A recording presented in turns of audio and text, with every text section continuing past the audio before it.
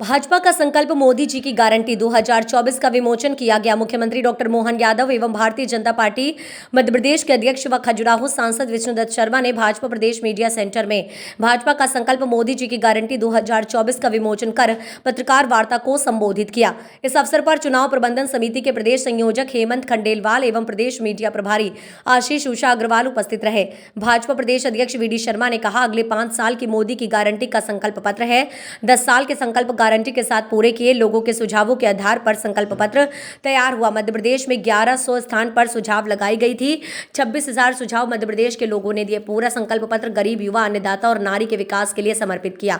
BJP के सेवा, सुशासन और गरीब कल्याण के लिए समर्पित संकल्प पत्र 70 साल के ऊपर बुजुर्गों को आयुष्मान में 5 लाख तक का कार्य मध्य प्रदेश के चिकित्सा प्रकोष्ठ ने सुझाव दिया था। 3 करोड़ गरीबों को आवास, सीएए कानून को लागू किया जाएगा। वन नेशन वन इलेक्शन लागू करने के संकल्प को पूरा करेंगे। इसीलिए हमने एयर एम्बुलेंस की बात भी कही थी कि ये एयर एम्बुलेंस उसमें आयुष्मान योजना के माध्यम से प्रदेश की आबादी में लगभग 8.5 करोड़ में से 4 करोड़ आयुष्मान के कार्ड हमने बनाए हैं। उसी में एयर एम्बुलेंस भी जोड़ करके हमने बात कही। मैं चूँकि इसकी संकल्प समिति का भी सदस्य रहा और उन पूरे देश ने इसको बहुत अच्छा निर्णय है। गरीब व्यक्ति कोई हॉस्पिटल में बीमार हो जाए और डॉक्टर और कलेक्टर दोनों डिसाइड करें कि इसको और उच्च चिकित्सा की या गुणवत्तापूर्ण कहीं किसी केंद्र पे ले जाने की जरूरत पड़ेगी, तो उसमें हम अपने उस आयुष्मान के कार्ड के माध्यम से निर्णय माननीय मोदी जी ने इस संकल्प पत्र में और जुड़वा दिया कि 70 साल से ऊपर वाले, अभी तक तो गरीबी रेखा वालों को इसमें आयुष्मान का कार्ड मिलता है, अब गरीबी रेखा भी है, मध्यम भी है और मध्यम से ऊपर वाले भी, जो एक तरह से हम मान के चलते हैं भले वो किसी भी श्रेणी के हो, उनको भी इस दायरे में लाने का संकल्प लिया है। ये एक तरह से अविश्वसनीय जैसा है कि हम कौन सा सेक्टर छोड़ रहे हैं। सभी के लिए अगर ये संकल्प ले रहे हैं तो ये वाकई सबसे बड़ा हमारा एक निर्णय मुझे लगता है कि ये किया गया है।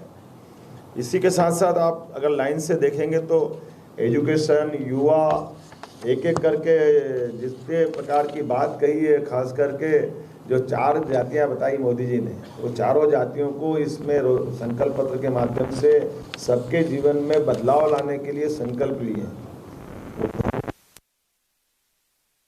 अभी तक तो हम स्मॉल स्केल 3 श्रेणी में, लेकिन रोजगार परक उद्योग, जिनके उद्योगों के माध्यम से केवल सेल्फ हेल्प ग्रुप नहीं, ऐसे बड़ी इंडस्ट्रियां जिस इंडस्ट्रियों के माध्यम से भविष्य में रोजगार के लिए ही खड़ी की गई। आमतौर पर मशीनीकरण के युग में मशीनों के आधार पर प्रोडक्शन निकालना और प्रोडक्शन के आधार पर कमा के ले जाना।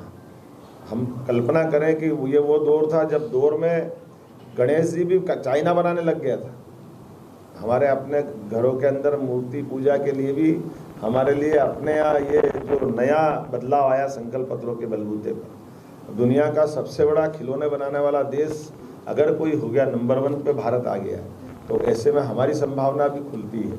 इसी प्रकार से चिप के मामले को लेकर के भी जो कल्पना, तो अत्याधुनिक तकनीक का भी इस्तेमाल करते हैं और जिस ढंग से हमारी खास करके जबलपुर की सैन्य शक्ति के साथ वहाँ इंडस्ट्रियाँ हैं जो आर्मी के हथियार बनाती हैं, तो भविष्य को लेकर के हर सेक्टर में संकल्प पत्र के माध्यम से देश के स्वाभिमान का भी ध्यान रख रहा है, रोजगार का भी ध्यान रख रहा है, ध्यान रख रहा है। एक तरफ हमने कहा कि हम अमेरिका, इंग्लैंड और इनकी ग्रोथ को देख करके चल रहे हैं, लेकिन ये जो अर्थव्यवस्था का तीसरा पक्ष लेके चल रहे हैं, इस आधार पर अपने मध्य प्रदेश का भी हमने 4.5% से बढ़ा करके 9% का जो टारगेट लिया है। मुझे लगता है संकल्प पत्र में बहुत सारी गुंजाइश हमारे लिए भी निकलेगी, जो एजुकेशन से लगा करके जैसे सैटेलाइट टाउन की बात इसमें जोड़ी गई है। तो शहर का जो शहरीकरण बढ़ रहा है, तो केवल शहर में गरीब लोगों के लिए उनकी जो झुग्गी झोपड़ी है उनका निदान भी इसमें खोजा गया है कि झुग्गी झोपड़ी वालों के लिए योग्य प्रकार के आवास बना करके उनको दे करके एक तो शहर का सौंदर्यीकरण भी करा जाए, इसी प्रकार से सैटेलाइट टाउन के डेवलपमेंट के माध्यम से सभी सर्व सुविधा युक्त शहर के बढ़ते आबादी के घनत्व को भी समायोजन करने का प्रयास किया गया।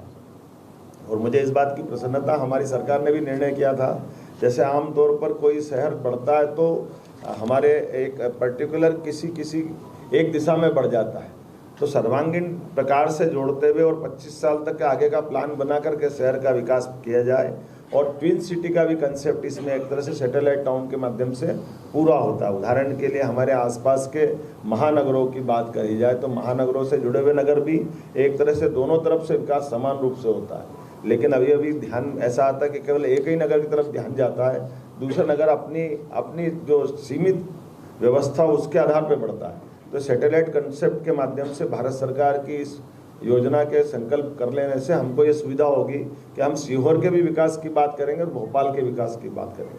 हमारे पास में ये बड़ी संभावना रहेगी। इसी प्रकार से इंदौर की बात करेंगे तो देवास की बात करेंगे, उज्जैन की बात करेंगे, धार की बात भी करेंगे। तो समान रूप से विकसित होने के लिए राज्य में बड़ी संभावना है। वैसे तो काफ़ी ज़्यादा है, इसमें अब मैं ज़्यादा आपको ये पत्र मिलेगा इससे, इसमें आप देख ही लेंगे, लेकिन बड़े पैमाने पर रोजगार आधार